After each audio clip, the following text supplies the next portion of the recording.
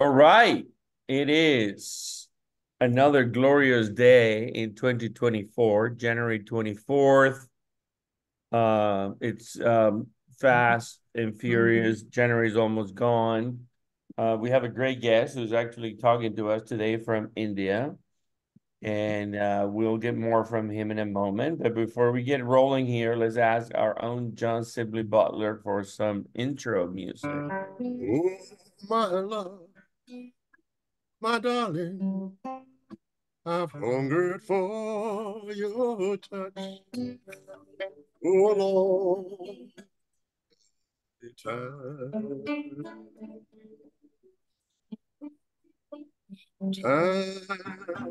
goes by so slowly, and time can do so much. Are you still mine?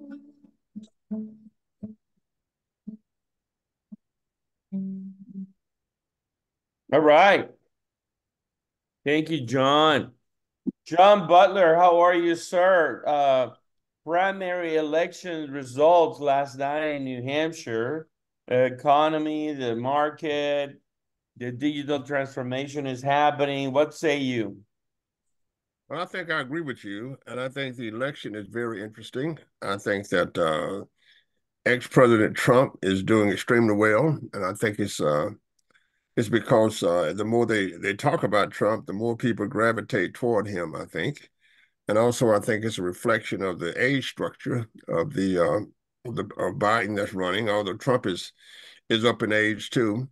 So I think it'd be very interesting in the election when you juxtapose this with the international scene and look at what's happening in Europe. I think that Trump would say that he doesn't want anything much to do with, from a business point of view, with any war that doesn't benefit America. I think he's always thought like that.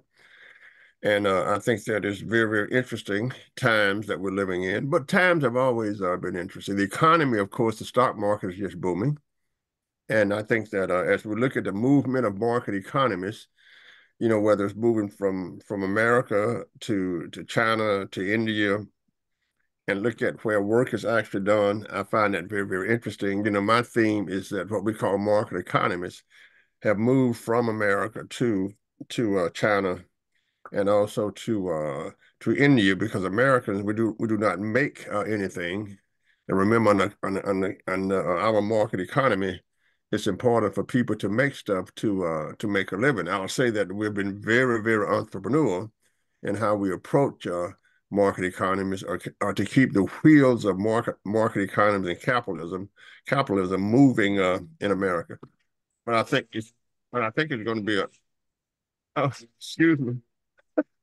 I think I think it's going to be one hell of a challenge to do as we continue to move along. So we have to reinvent our economy here in America. It has to be global in nature. It will not go back to what it was, and we have to have strategic partnerships, whether it's education, whether it's building factories, and it has to go from America to the other developing countries, such as China. And I say this: China and India. I think that Europe itself has got to reinvent itself. If you look at other things that's happening with technology, it's amazing. I was looking at the new professors, right? You don't need to be there anymore. You could go there by hologram. I think that's here. It's been here, and so I could actually give a lecture, if you will, in uh, in England with a hologram, and it's just as good. Then, of course, there's the energy. I think we have found that the country cannot run on certain kinds of energy, on just clean energy.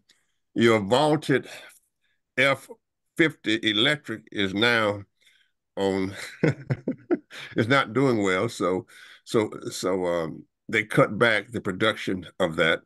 So Andres, if we look at everything that we do is based on energy, and we have demonetized petroleum, we have demonetized other kinds of things, and the question is, can we come up with ways of fueling what we do. So I think that these are the kinds of things that we have to talk about because it's all related to how people will negotiate themselves. I mean, we know what happened in what happened in Israel, in that part of the country, that we're not finished with wars. We're not finished with conflicts, and the world can rearrange itself. And it would be interesting to see how the world can rearrange itself based on the market economies. We know that socialism has failed, uh, in the Soviet Union. And so it's interesting times, but it's always been interesting times. We've got to stand up and maintain, I think market economies because I cannot think of another way, another kind of economic arrangement that rewards talent of individuals in terms of patents and et cetera, and also the maintenance of countries. So we got a long Right. way to go, but we've always had a long way to go, and things have always rearranged themselves. Absolutely, absolutely. Good thoughts there, Johnny. Our great guest today, Sandeep Kumar. It's the managing partner at Global Ascent Partners, and his company focused on helping others grow internationally, globally, with the strategies and building ecosystems and supply chains and all that. So, Sandeep, how are you, sir? I'm doing okay. A bit late, but now I'm awake. I'm having my Yeah, tea. yeah. So sorry Ah, you're having an interruption in your evening tonight. no problem. Uh, uh, and I appreciate you being a world traveler, agreeing to do this while you're in India. So tell us what's going on for you in India? What's your company out doing? And if you whatever you can share, we just had the World Economic Forum in Davos and COP 28 and the Arab Emirates. What's going on in India? I think India is in a booming environment, mm, partly because of the government that's been there for the last, 10 years and going into another year of election for another five, probably. The policies they've put in place have brought in a great amount of, focus on industrialization, on the business, in removing barriers, in building up the infrastructure, and truly going global. Mhm, I mean, it's probably the first time since independence, or since in this century mhm, or the last century, that now India is on the map in every country's mind share, not on, just as a developing country, but as a country that has, great potential. I mhm, mean, the stock market here is booming and it's still 20x to go. So if there's a good place to invest, this is here. mhm, Uh, I would say India is at the same place China was 20 years ago, or mhm. maybe 30 years ago. And so that curve is going to happen. There's very little that can stop it, Got right? it. Uh, Got it. Yeah, And are I've you and always are you and real quick, Sandeep, are you working on anything specific that you can share? Any projects yeah, or? sure, sure, sure. So, I mean, we are, so during COVID, one of the things that people suddenly realized is there's something called a semiconductor. Mhm, Uh, I think before COVID, common person, and even more, lots of technical people didn't know what a semiconductor was. But when COVID happened, the semiconductor, a $10 product stopped the production of a $20,000 car. And that's when everybody realized that everything runs on semiconductors. And then the second thing they came to realize is that semiconductors are built in Taiwan and China. It's at 70%, and that started global fear. So Mhm. every country was how to, for national security. So India also started putting money into build up a domestic semiconductor industry, and I am now heading the um, semiconductor, setting up a big semiconductor operation here, part Got of it. it. So that's why I'm here. It's a $10 billion project. It will have operations around the world, including Austin. So that's what we're building up. You know, when I think about the world economy and think about science and technology, in the ancient world, of course, I think about India, and I also think about the great technologies that were done in India in the ancient world, including flight. I think when you look at all of the Yeah. documents. So my question is, how do you see, from your point of view, especially when you have the supply chain, you can see where the world is going. It's like when I Hmm. go to the city, I ask the people who drive the trucks, "Are you busy?" Right? Hmm. That's major big. So where are we now? If you were to give a great lecture on supply chain management, the movement of products, where we're going, the substitution of products, or the creative destruction of products, new products, which will include AI, which would include the quote old technologies Hmm. like semiconductors. What would you say? Where are we? Because it seems to me that all commentaries, they're lost in the past as we try to bring on the future. And I've always said that it's the supply chain people who understand where the world is. So where do you think we are now, uh, Sunday?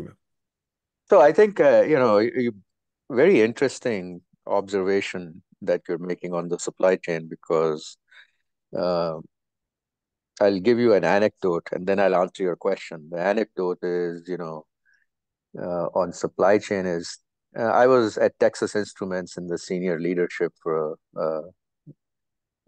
at some point, not the entire time, but I was at TI for 18 years. And we used to have a strategic retreat. Senior management would go for a week or 4 days. And generally, that retreat where we did strategy was led by some senior, luminary. And the year that I attended, it was led by General Schwarzkopf.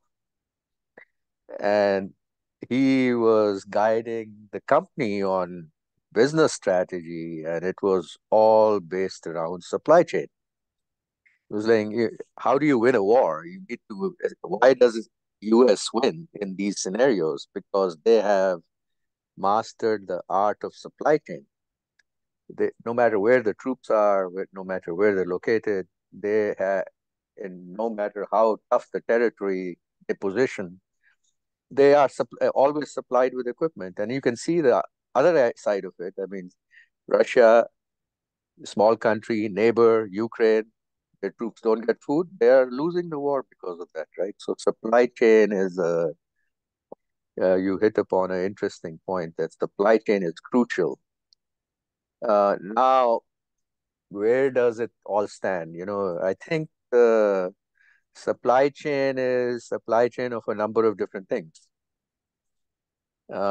We get quite focused on one or the other depending on, but if you look at technical resource supply chain, there is one direction, which is India has become the outsourcing hub of technical people uh, around the world. If you look at goods, consumer goods, China is the producer and it moves from there around the world. Uh, and if you look at technology and creative ideas, it's US that if you look at the supply of those and how they move around the world, it always originates pretty much in US, right? You look at, in the last 20 years, uh, how many new companies have been created and how many have reached into the into the Fortune 500, US is 99% of them, right? It's not Mhm. like so. So that is the so I would say supply chain is a little bit uh, not a people think of product, consumer product, but it's a asymmetric warfare. Mm. Uh, and that is what it's not about just goods, it's about okay, now how does US fight back in asymmetric? It's not that they shut down the supply of goods to China, they shut down the supply of technology to China. uh, Right. and that's how uh, if you approach it that way, then you can say okay, I have a control over the situation. uh, People are a little bit tougher, so India, yeah, they supply engineers, but it's a little nebulous in that you can always have somebody else, local, domestic, replace it if that supply is stopped. It might slow down the productivity a bit, but it's not going to shut it down, right? So I think in that way, India doesn't have a asymmetric game to play yet. Neither does Europe, right? So it's really at this point, uh, US and China, and then to some degree, Japan, South Korea, Taiwan, if they stay independent, who have control points in that supply chain, different kinds of controls, but who can control some of those situations. Right. Then you go down the path of, okay, now what about Japan and Europe, or sorry, India and Europe?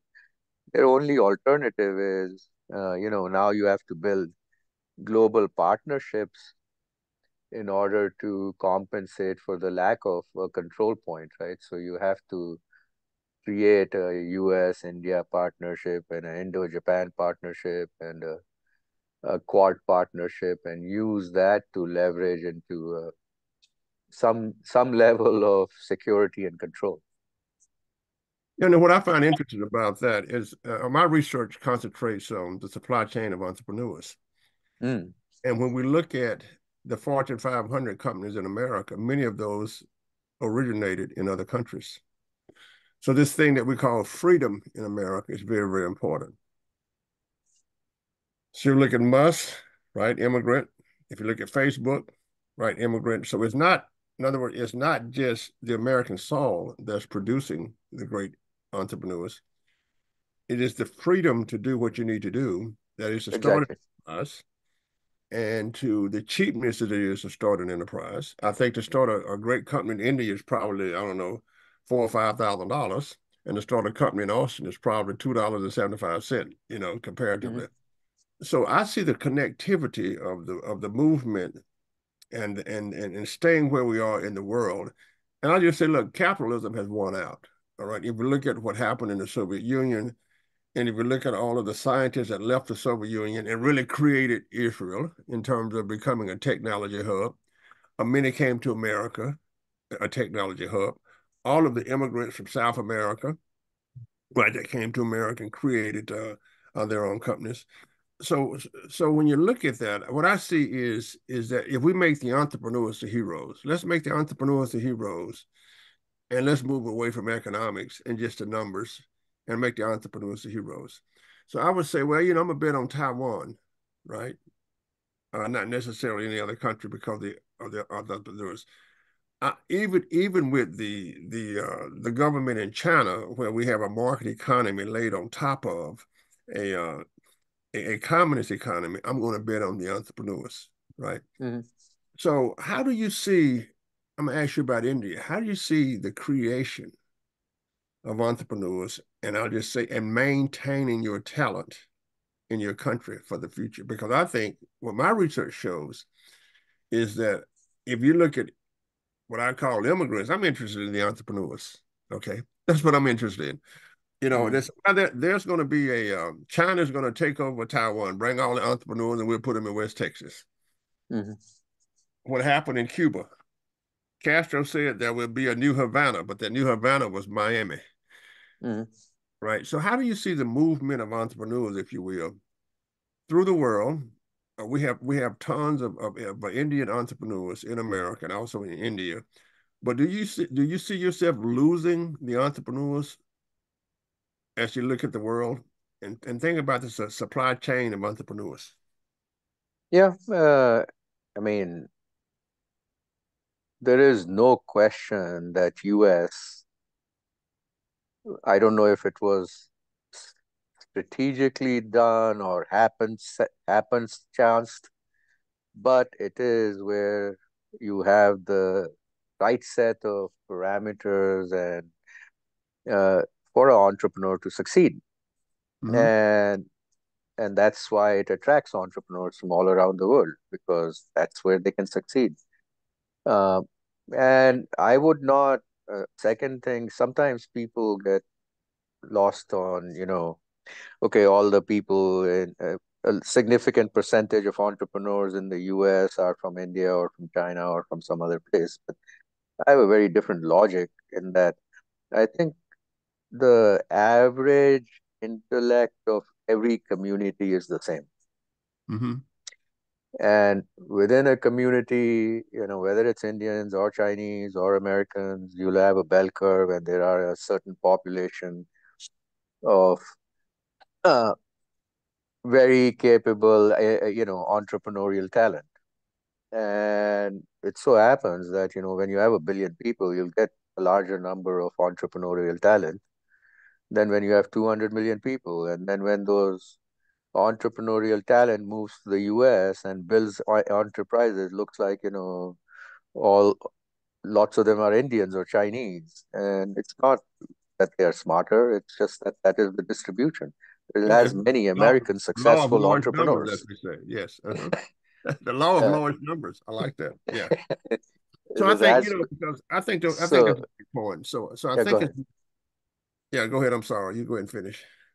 No, I was just saying. So I think that part I sometimes, you just get the cream and it looks like, it doesn't mean every Indian is a smart guy.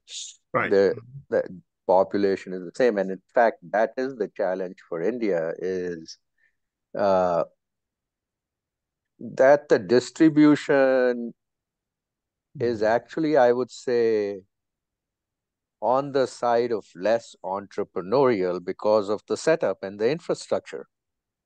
Hmm. The government is trying to change it and has made some impact in the last 5, 10 years, but it is still it's not the education system is not as solid. I mean, yeah, you get the Western world in America gets exposed to just the cream, and so they think everybody is smart. But the Indian education system is quite broken in my mind, right? And it doesn't generate. It generates people with degrees but no knowledge. Hmm. Forget being entrepreneurial. So then the opportunities for them to become entrepreneurial are, ridden with all kinds of bureaucratic hurdles to overcome. Right. And then it's not yet very, even though it's a large economy, but it's still, you know, per capita, it's quite low, right? So it's not people have the time and money and dollars over here to build a new business is not as keen as it is in India, and neither is the talent. So I think there's a lot of challenges for India, and that's why the cream ex- moves to US I because the think so. challenges are here. Well, let me ask you about technology and the grid and where we Mm, are and how technology will shape the country in the next century.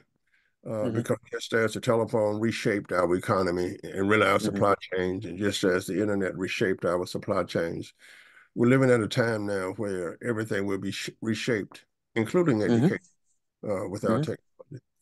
And so, if you look at the technology that you're dealing with, like you said, people had forgotten about Yeah, doing yeah. it right. Where do you see your technology now in the world of tech? Are you threatened by anything? Is there something that will replace you that will shape us in the future in Uh, the grid? it will morph. It will not be. Semiconductors are like let's call it the oil of the foundation of whatever we do. Right. So Yeah. I don't think they are going to go away. Yeah, we know Now we, they we may used to be morph. the center in Austin, but they started to disappear, right? Yeah. Now, yeah, that's a whole different political issue. Uh, but at the same time, it will morph, right? So it will morph in the sense that now it will be called quantum computers or quantum chips or atomic chips or but you will continue to have a, a fundamental technology that upon which all these computing systems and all the software systems and all these now what we are calling AI, right? All of Mhm. this will be built upon. So I don't think the semiconductor uh, will go away anytime soon. Do Now, you go ahead. Sandeep, do you see any co corroboration or manifestation of the following? There seems to be a thought process and a big push in many fronts that general purpose computing, general purpose semiconductors are eventually going to give out to special purpose ones. We probably, in order to get to 10 billion things connected, 300 billion things connected, we'll probably need to build all kinds of private communication networks running on, specialty protocols. Do you see the semiconductor industry shifting to, more customized special purpose chips, perhaps, chips designed just for the grid with SCADA instruction sets built into the chips? Do you see anything like that coming from robotics or autonomy or anything like that?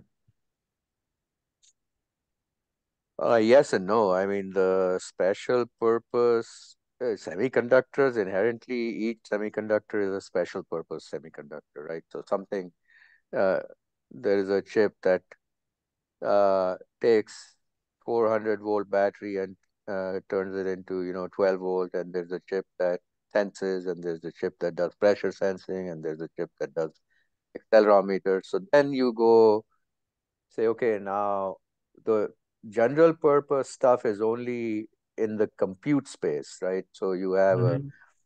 in the compute space, you have a Intel AMD processor and now a NVIDIA AI processor, and you can say, okay, those are general purpose machines.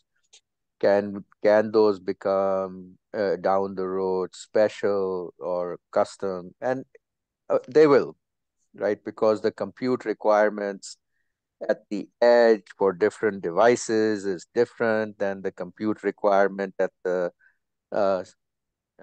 at the server point or the human point. And there's multiple points in the if when you talk about grid, compute requirement at the generation point is different than the compute on the distribution. And now that the distribution, generation and distribution is all jumbled up, where the consumer is also generating, so demand, now you need a very different architecture Mhm. for electronics to manage it and demand response systems to manage it.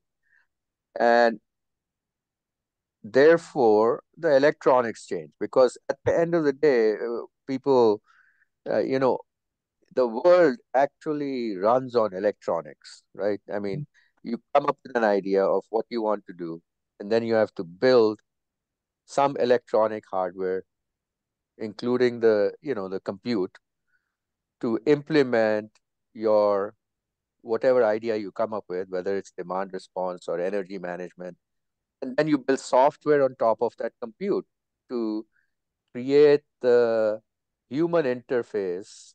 At the end of the day, a software is a human interface to the machine underneath that is doing the number crunching.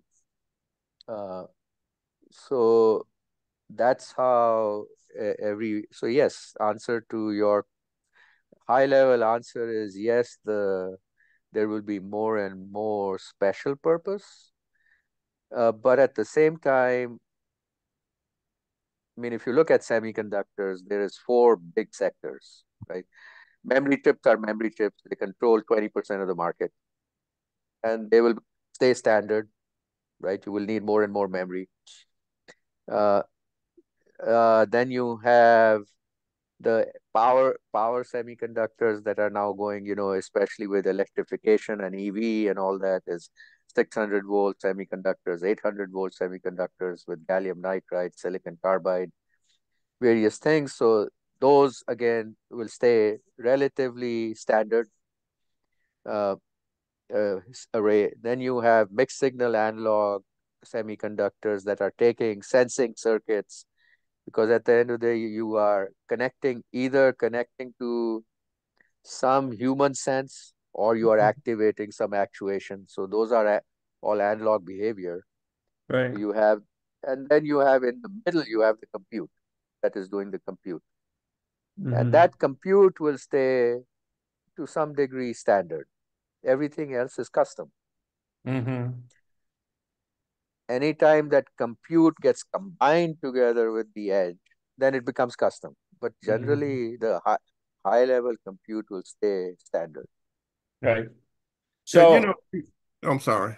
no, I was going to ask one last question. So India, and I was there, keynoting the Smart Utility Week, pre-COVID in 2018, I believe, and I had meetings actually with the Prime Minister and many others, and sharing my thoughts, and they were interested in learning what I thought about how they grow their infrastructure, especially on energy, but I'm curious, India seems to have all the building blocks to be the superpower of the 21st, latter part of the 21st, maybe 22nd century because of all the IT software programming. Do you see India being a player through, is there a TSMC equivalent for India? Is that brewing? Is that happening? Is that coming for semiconductor? Uh, No. no, I mean, they'll be lucky if they have a semiconductor industry foundation in 20 years. Mm-hmm. Having a dominant position of any kind is very remote. Right. Got it. I mean, for semiconductors, it's, they have to find some other way. Like I said, it's, asymmetric warfare. Semiconductor Mm-hmm. is not there, going to be there, Yeah. uh, the Well, weapon of choice. let's push that a little further. Now we know that the industry with the pandemic, when everybody was staying home and they wanted more PCs and et cetera, and there was a shortage, a big time Hmm. shortage, right? And therefore the that industry went into a sort of a panic, right? Hmm. So my question now is the big thing now is climate change, because I just say ask the dinosaurs. This old country's gonna, this old nation, a world is gonna do what it wants to do. But how do you see the importance of climate change on the raw materials that's necessary to produce semiconductors? Have you guys thought about that? Is anybody talking about that? Or is there a relationship, or people should not worry? Because the military, everything runs on the importance of semiconductors, right? Hmm. As you, Everything. It's not just military. it's not just military, everything. So if Llewellyn were here, I'm gonna ask the Llewellyn King question. It seems like to me we're going to run out of the elements necessary to produce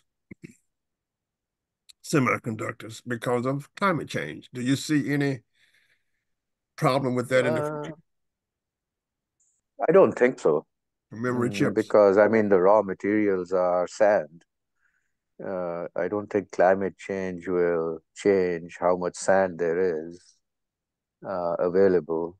It might, now there is a certain purity level that is desirable, but once you run out of that purity, I'm sure technologies will come into place to create semiconductor, silicon, out of less pure sand. Uh, so there are some specialty materials like, that are needed for specific process steps, Hmm. especially in packaging, that China controls and has a larger, but even those, there are, uh, China controls only because they have put the infrastructure in place to mine those, because they are a capitalist society sitting on top of a structured, so certain strategic initiatives. They don't care how, whether it's profitable or not. They just Right. pour money into it. Hmm. Uh, but the same raw materials mines exist in US and India, but it's just not profitable to mine them. So nobody goes and mines them, right? But if it becomes a strategic priority and when it results in defense being shut down, I'm sure the mining will occur. But until then, Yes, they'll in keep buying India, from China. yeah, It's well, just not one of my that was profitable. my setup questions because one of the things Yeah. I had to propose in one of my classes at one time that chips can be made from wood. That we're experimenting right now Could be. with the whole idea that wood chips can produce Yeah. those things that are necessary for computers, and we don't have to depend on traditional kind of sand chips. Have you How is the industry? So I'm asking, do you look forward to new ways of doing things? Is wood available in that? Well, like I said, I mean, there's still enough silicon around the world and Hmm. sand around the world that uh, we don't need to think about wood as a replacement for silicon. But there is certain physics properties of silicon which make it very attractive uh, for most semiconductors. But now that same properties, people are looking for bigger and better properties.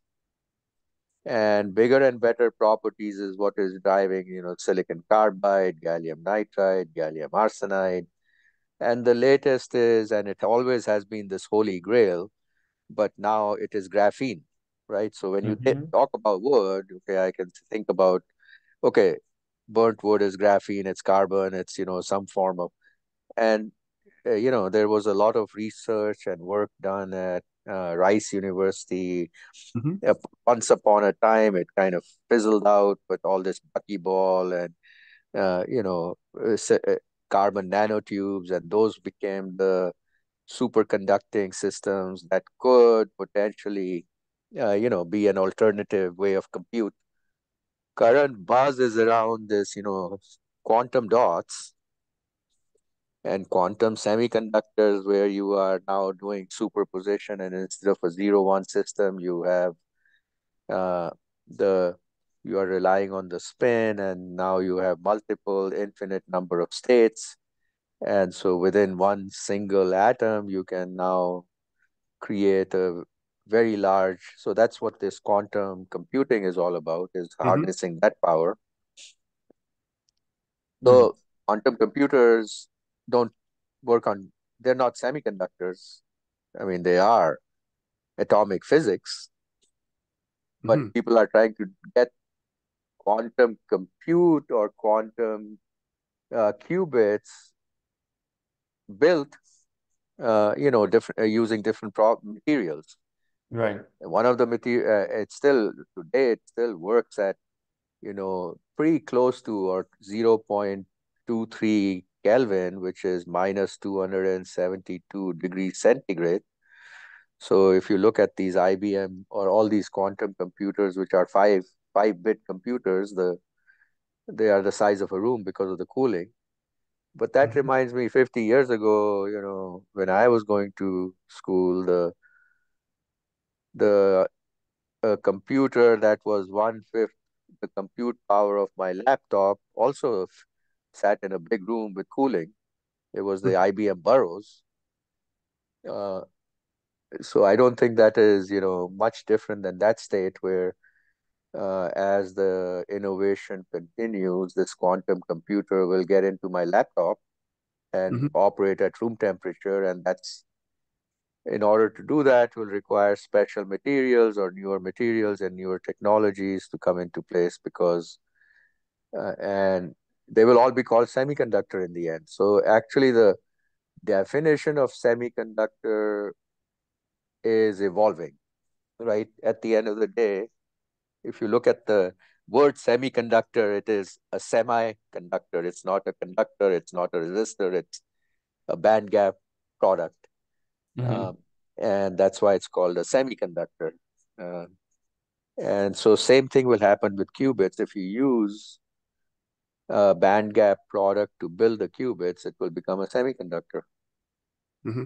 You know, it's interesting to me, and I have one more question here, Andreas. But as we think about, and I have books on technology transfer, I have done a lot of tech transfer myself. And if we go back and look at how countries compete and how different systems compete, and the end of the question is going to be, how do we compete with China on the research point? Because as you said, it doesn't have to be profitable. Let me just give you an awesome example. MCC, that you know well, was created in Austin to compete with the Japanese in terms Mhm. of computing, right? And the Japanese were also, the whole entire country was behind that effort. And right now, our research is in what they call major research universities since the 1980s.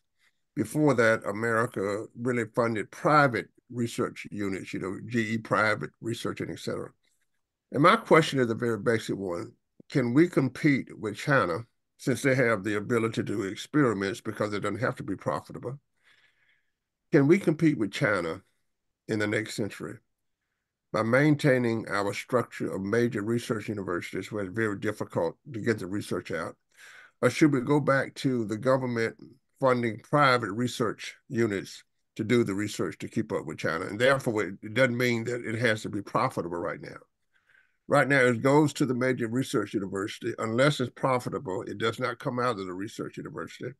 On the other hand, the Chinese can experiment with anything because their market economy is sitting on a communist economy. And everything you do, you got to go through the Communist Party. Do you think that we, the world, including India, can continue to compete with China with the technology transfer and the models being so different when it comes to experiment and new technologies?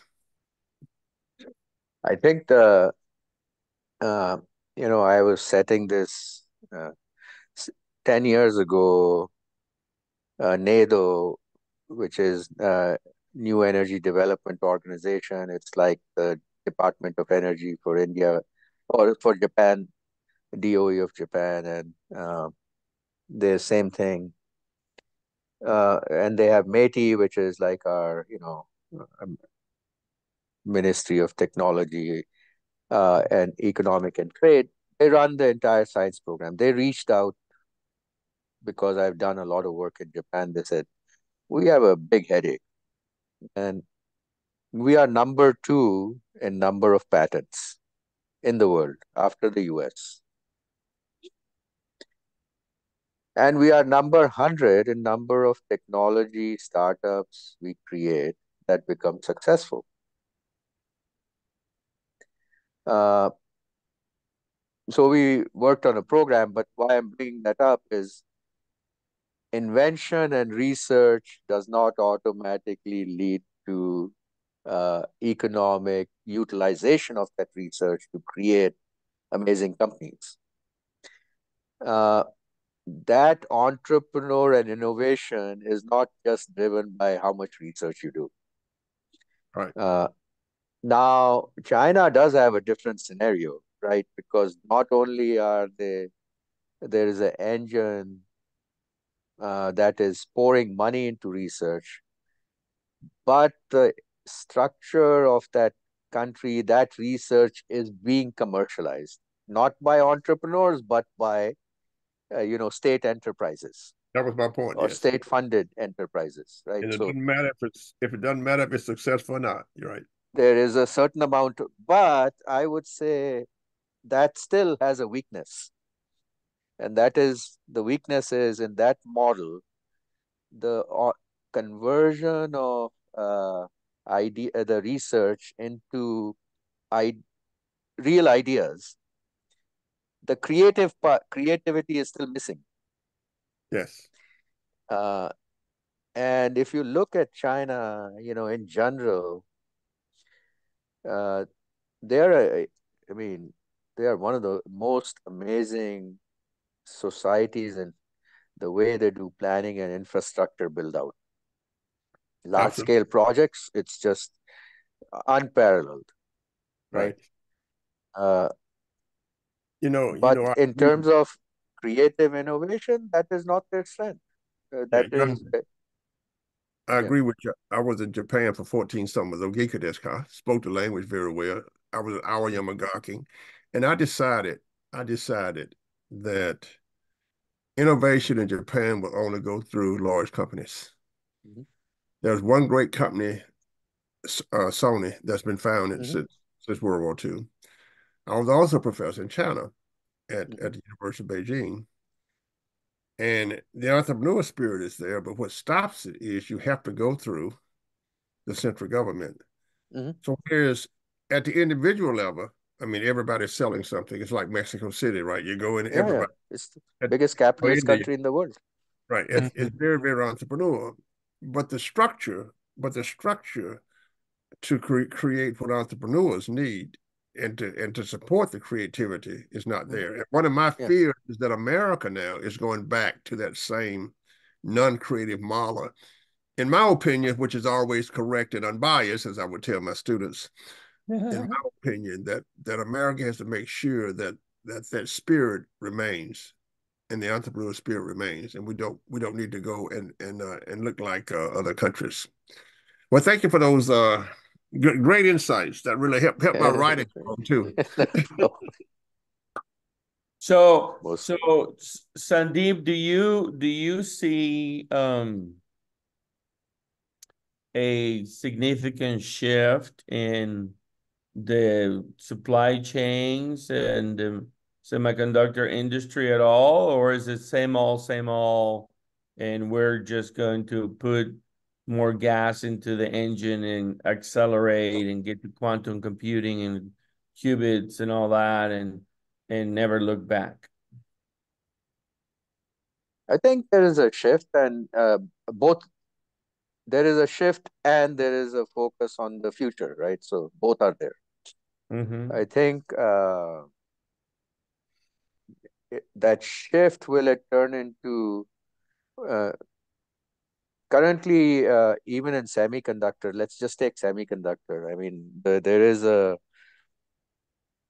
Chinese dominate the supply of low-end semiconductors, and US dominates the supply of high-end semiconductors. And for any system to work, you need both. Mm-hmm. So if US pushes the button too hard on the high end, China will say, okay, I'll stop the low end ones. So you don't you can't build a rocket just with the high end. You also need the low end. Mm-hmm. Uh, Now, to the extent that US is putting a larger infrastructure in place to build domestically, I think that's good, right? Because when we started the conversation, John was talking about how manufacturing has left this country, right? Mm-hmm. And this is probably one of the opportune times to bring it back Right. because you can, and it is happening, right? So I think will come that automatically means there's a shift in the supply chain, right? In order to Mm-hmm. become resilient, you are the thing that is a little troubling in the global system is because of this fear. Mm-hmm. Every there is a certain isolation, or I don't know, or not isolation, but uh, the word is slipping my mind, but they want to be self-sufficient, Yeah. and in that context they are trying to it is building boundaries. Mm. uh, and that is likely to cause some damage along the way, right? If every country or every EU starts building boundaries around what it, because it is not like, oh, US is the good cop and China is the bad cop. In the rest of the world, uh, China is a bad cop and US is not a good cop. They don't look at, uh, for US, China is a bad cop. For China, US is a bad cop. But for the rest of the world, China is worse than US, but both are bad cops. Mm-hmm. So there is a certain amount of, uh, isolation that will occur. And I think for the technology, in my mind, that is going to be actually slow down the technology evolution. Interesting. I have one follow-up. So when you look at automation Mm. and AI and robots, the semiconductor industry has been probably the most highly automated industry ever. Uh, do you think that AI robots will be building chips and humans will not be involved anymore in the next 10, 15 years? AI robots have been building chips. But will they If you take look over at the 100%? semiconductor, I mean, it's close enough, right? Really? If you look at the entire IC design process and the Mm-hmm. building process, uh, it has been automated to a level where I'm building a chip with 4 billion, 10 billion transistors. That is not a human process. That is a software that is Mm-hmm. doing it. There is no human being involved in doing the layout of those chips either. You got 4 billion transistors being interconnected. That is all software. You can call it AI or not. Mm-hmm. Uh, and then it goes into manufacturing, and it's a $10 billion facility with about 50 workers, and those workers are not touching anything, right? They're just watching the machines do it. Mm-hmm. Uh, so I think the semi world is already uh, automated world that runs on software and compute automation. Human beings are only the idea creators at the front end Right. and users at the back end. Right. Do you see the idea creation being taken over? I don't think so. No. No. I wonder, Andreas, if that model can be utilized to bring manufacturing, to move manufacturing around in Yeah. America. Let me tell you what I'm talking about. So when I was in Japan, they had households that were engaged in manufacturing, and then they would collect all of the components. Can you imagine then if I am building if I'm building spoons or whatever have you, that the manufacturing could be done in individuals' homes or small plants, and then the supply chain becomes the interaction of the sum of all of those things that are necessary. So, for example, in Austin here, let us say that we're building a table or a chair or some socks. Then, one household or one small factory, you just put a 3D printer there, and boom, there it is. And then that's a new supply chain which has to be connected together. Because remember what the Japanese did, and there's a great book called The Art of Japanese Management, is they literally, quote, leased out the labor to individual homes. Do you see that as a possibility in America, in American cities, where all of a sudden, we're building tables, but it's not in a traditional kind of manufacturing. It's all 3D. And of course, 3D is what manufacturing is about now in China too. So it's not just people in the old ways that's doing things. Do you think that's a model that we can use? Am I too far out there? I'm usually 20 years ahead of everybody. So am I out there too much now? This one, you're probably 40 years ahead of everybody. I don't know. 40 years. That's good. That's good. I think so. That's I think good. so. That's good. But, So Sandeep, before we I'm looking at the time here. I want to be respectful of the rest of your evening and your day tomorrow. What's in front of you the next 90 days, 6 months? What are you working on? Where are you traveling? When are you coming back? I'm trying to ramp this semiconductor business. I have a big AI company in India. I'm trying to ramp that. I'm back middle of February to Austin. Then March, I'm going to Europe. First half of March and second half, I'm going to Japan. Good. Uh, all 80% is on the semiconductor, setting up their operations. It's focused on acquiring customers, major auto companies, major tier one OEMs, suppliers to automotive, industrial companies. So it's all clients for our product. Mm-hmm. okay. And then the other part is the clients for our AI platform company. But make Okay. sure to put Austin in the mix. You need to come home to Austin. Come home to Texas. That's where I come home to Austin on the 18th. That's good. Give me a call. Give us a call when you do. Will do. Good. Any final thoughts, Johnny? Well, I think the most important thing to me is how how we utilize in everyday kinds of activity that what makes the world go around. And certainly semiconductors at the very, very center of everything.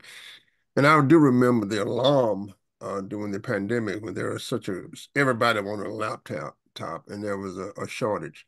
So I always look at how to create new businesses based on new technologies.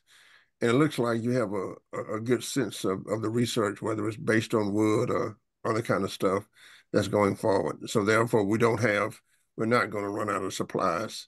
What we haven't talked about is the impact of these conflicts and wars on what we do. That is the disruption of supply chains, the disruption of people's life, the forced immigration, the voluntary immigration, and those kind of things. So remember, you are at the center of my television. You're at the center of everything that I do. So don't mess it up. Yeah, I think so. I think the rest of it is you said center of the television, and I see at the end of the day, human creativity requires a certain mental state, and that mental state is being disturbed by these wars Yes, and the messaging that comes across the screen. I agree. And that is probably the biggest uh, fear I would have of this. This cycle will come to an end, Remember Right. and that innovation. TikTok. Remember that TikTok that comes out of China. Chinese TikTok is about education, about solving problems. When it gets to America, it's about everything else. Keep that in mind. Okay. Interesting. Johnny, take us away. Thank you, Sandeep. Thanks, Very, Andreas. Thanks for the very chance. interesting. Very interesting. Sometimes when the night falls to the day and I wake up down in this missing you kind of way, I remember things better left forgotten.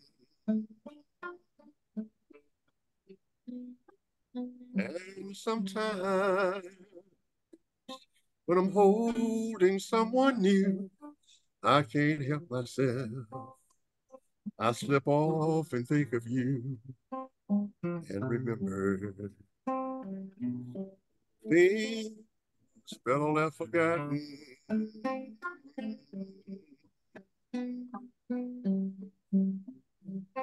Why, oh, why can't my mind let go of a love that used to be? And though I try in my mind, I know your memory will never set me free.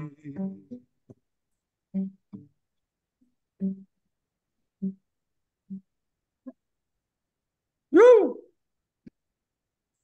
Thank Okay, you, Johnny. you're Thank welcome. you, Johnny. Sandeep, Sleep well. Have a Sleep great Thank you. well. Go back to sleep. Thank you, Bye. sir. Bye. See Bye. you. See you, Andreas. Okay. bye, guys. Bye-bye.